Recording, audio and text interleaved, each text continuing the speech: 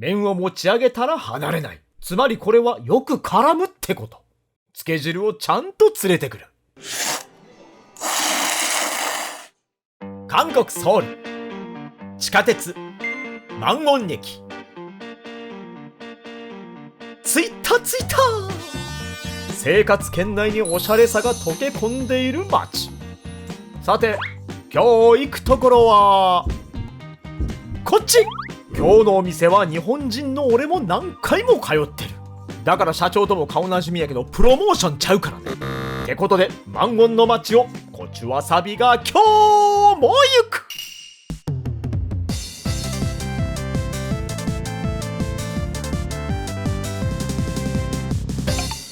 マンウォン市場のある反対側の出口を出てまっすぐ。今日も市場は観光客でいっぱいなんやろな。オルヌン不動産。上がる不動産ってこと。大家でもない俺からしたら下がる不動産の方がええんやけど、それにしてもソウルは高いんやからひたすらまっすぐ。なんかこういうの見ちゃうと気になんのよ。何これ。セビチ。セビダっていうのは確か盗むやったよな。盗むネズミ、つまりコソ泥ネズミみたいなこと。あ、マノン持ってるわ。でも今日の料理は俺の心も盗んでしまうような料理なんよね。まあ盗まれてるからこうやって来てるんやけど、可愛い顔してるけれども大胆にかっさら。そういうところも一緒やん。今はもう郵便局なくなってしもたけど、マンウォンウチェグクサーゴリを右に折れて突き進む。着いた。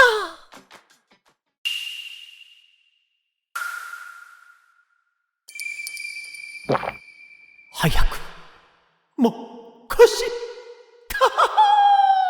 요즘 일본 라멘은 서울에서도 맛있다니까. 今日のお店は我が家のトマト。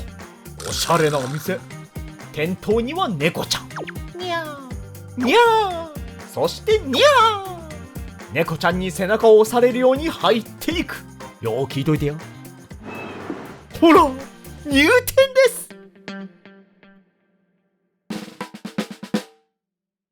お店に入ってきてふと上を見上げると、おしゃれさ満開。服絡まってぐるぐる回されそうや。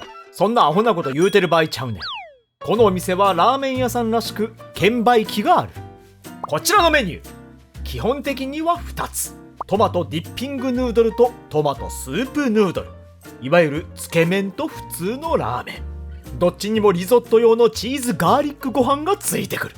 あとは焼き餃子5個入り。じゃあポチッとしていこう。ポチッ。すぐさま迎える分かれ道。つけ麺か普通のラーメンにするか、好みは分かれるところ。俺はつけ麺が好みなのでポチッ。これだけじゃ腹が納得せえへん。右スライドでポチッ。餃子も追加させてこいつも必要や。ヒューガルデン。韓国ではホーガードゥンって言うけど、その生とキリンの生がある。すぐ目の前には両方のサーバーが置いてある。ここはやっぱりキリンで行かしてもらいましょう。完璧。お会計。注文完了。こういうのでええんよラーメン屋は。種類が多い店は何が一押しなんかわからんからね。店内は天井も高く開放的な和風空間。テーブル席もあるけどカウンター形式の席が並んでいる。券売機の横もバーカウンターのような食事スペースもある。にゃー。また出た猫ちゃん。後ろ姿もあるんかい。かわいいやん。てかこれ全部オリジナルインテリア。ここにもレビューイベントやってるわけね。参加したらスプーンかレンゲもらえるんか。ティッシュまでオリジナル。店長のこだわりが垣間見えたところで水をごくりと一気に流し込む。にゃお。ここにも紙コップまでオリジナル。韓国料理屋さんのように基本のおかずなどはないがピクルスが置いてある。ピクルス一個一個に猫ちゃん描いてたりするんか。そんなことはない。でも大量に持ってきた。すぐさまキュウリをパクリ。まだビール来てへんのに勢いづいてしまう。大根の歯ごたえも感じてる中、ふと横に視線を移すとピックアップと書かれた看板が目に入る。そう、ここは番号が呼ばれたら自分で取りに行くスタイル。ちなみに俺の番号は58番オーシッパル。発音間違えたら大変なことになりそうやからもう言わんとこ。一応隠しとこう。そんな時天の声が響く。にゃお。いや違う。来た。ここで食べ方も説明してくれる。まあ俺常連やからないけど、受け取って席に戻る。社員食堂か。横空いてますかじゃないねん。あ、忘れてた。ちょっと待ってて。こっちも来た来た。サーバーから継ぎたて生ビール。琥珀色の伝説の生き物キリン。その背にまたがり空を飛んでいく。落とされないように角を掴んで落ち着く。唇飛んでいきそう。一口では終わらんわな。うららかやネズミの潜み猫のひげ。ありがとうございます。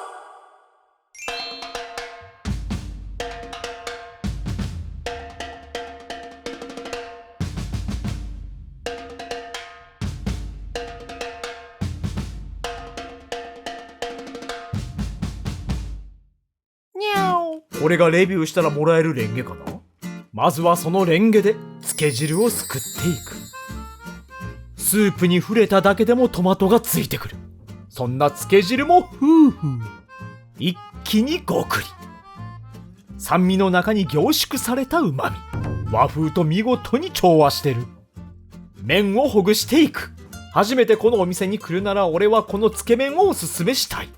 別に盛られた麺を引き寄せ、トマトの泉にドボン。白っぽかった麺が赤く染まる。こういうとこ日本人出てまうよな。麺は全てを浸さない。麺はコシもしっかりしててスープによく絡む。一気にトマト畑で走り出す。普通のラーメンやと脂っこさでビールを流し込むけど、脂っこくなくてもジョッキは傾く。あ、来た。我が家の餃子。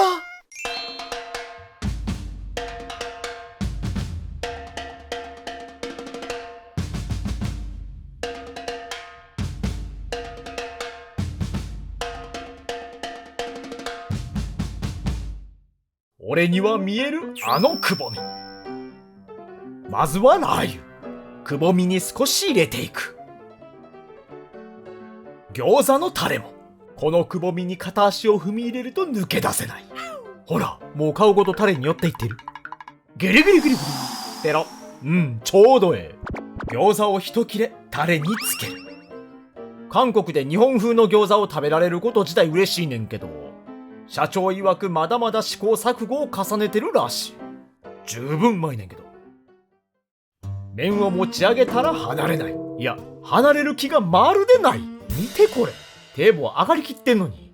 つまりこれはよく絡むってこと。つけ汁をちゃんと連れてくる。ねぎょっていそ上の感覚。さっきもしててんけど、バウンド飛び込み。バウンドするときはテンションが上がってる証拠。ニンニクの香りで余計に上昇。ちなみに俺は日本のビールの中ではエビスかキリンが好きなんよ。だから大正解。日本やとトマトラーメン専門店は結構あるけど、韓国では珍しい。この色、辛さを想像してしまうしね。一切辛くない。むしろ優しい。これ後から聞いた話やけど、一杯でトマトほぼ2個分のリコピンが取れんねんって。俺、健康的に暴れてるトマト畑で。もう完全にループ。トマトの濃さに餃子の肉汁。それをビールで消化させる。トマト畑で巻く水のように。酸味とコクのアンサンブル。この麺との調和もいい。気づけば第一幕が終わる。残った麺すべてをつけ汁の中に入れる。器の下にもにゃーお。またおった。チュールやろか。俺にとってのチュールはこいつ。ラストヌードル。ここではしっかり浸してすする。自分で言うのもなんやけど、俺麺すするの結構うまいから。必要のないドヤ顔。5つ入ってた餃子も少なくなってきた。この段階では全部食べたくないから1つだけ残して第1幕が完全に終わる。未練の極り。そう、ここからすることがある。つけ汁が冷めてなかったら温める必要はないけど、俺は結構熱々が好きやからさ。俺性格上電子レンジ回ってるのずっと見てしまう派やねん。アニメで使われそうなベタなチン。温まったつけ汁を気をつけて取り出す。おお、ここから第2章の始まり。メニューについてきたチーズガーリックご飯をドボン。またえらい顔は斜め気味。レンゲに持ち替え、ご飯もトマトの風味を身につける。まんべんなく丁寧に混ぜていく。さあ時は来た。レンゲの上にはトマトリゾット。これがこのお店の締め料理。大きく一口。ハッピーエンドという言葉じゃ物足りないこの安らぎ。中にはチーズも入ってる。トマトの酸味にまろやかさ、ニンニクの香りに海苔の風味。鉄壁にご飯を入れる文化とマッチングさせた社長の心意気。餃子も残り一つ。自分の役割を理解している名脇役の佇まい。完食。ここのメニューには全てこのご飯がセットにされている。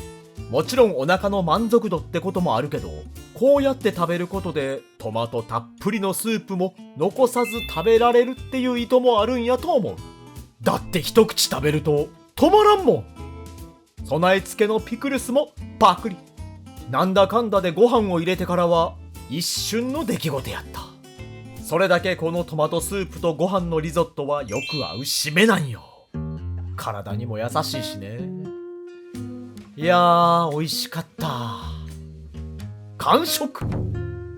さてそろそろこいつも最後の一杯くらいになってきた。ガマちゃんちゃうから最後の一滴はできひんけど、本日最後のグイッとごくり。残ったパプリカのピクルスでお口直ししてたら、はぁ、やってもうた。やってもうたで。これは完全に忘れてたんよ。そう、このタバスコつけ汁に数滴垂らしてもいいし、俺はリゾットの時に少し入れるの好きなんよ。もう全く意味ないねんけど数滴垂らしてみた。いやなんか悔しくてさ。そのまま飲んでも普通にタバスコやねん。一回試してみて。マジでうまいから。安穏駅から徒歩5分ほどのところにあるトマトラーメンのお店。トマトの酸味は柔らかく味は濃厚。麺の食感も食べ応えがある。一人で食べてる方も多かった。ビール片手にサクッと食事。いやー大満足や。帰り際ふと目に入った看板。とバギー。いつも変わらずずっとそのままっていう意味らしい。変わっていくものの中で変わらずにいられる強さがある。ただ続けていくこと。かっこええこと言うてるやん俺。もう口だけ達者やわほんま。なんて思いながら今日の食物語はこれでおしまい。チャイモゴすんだー。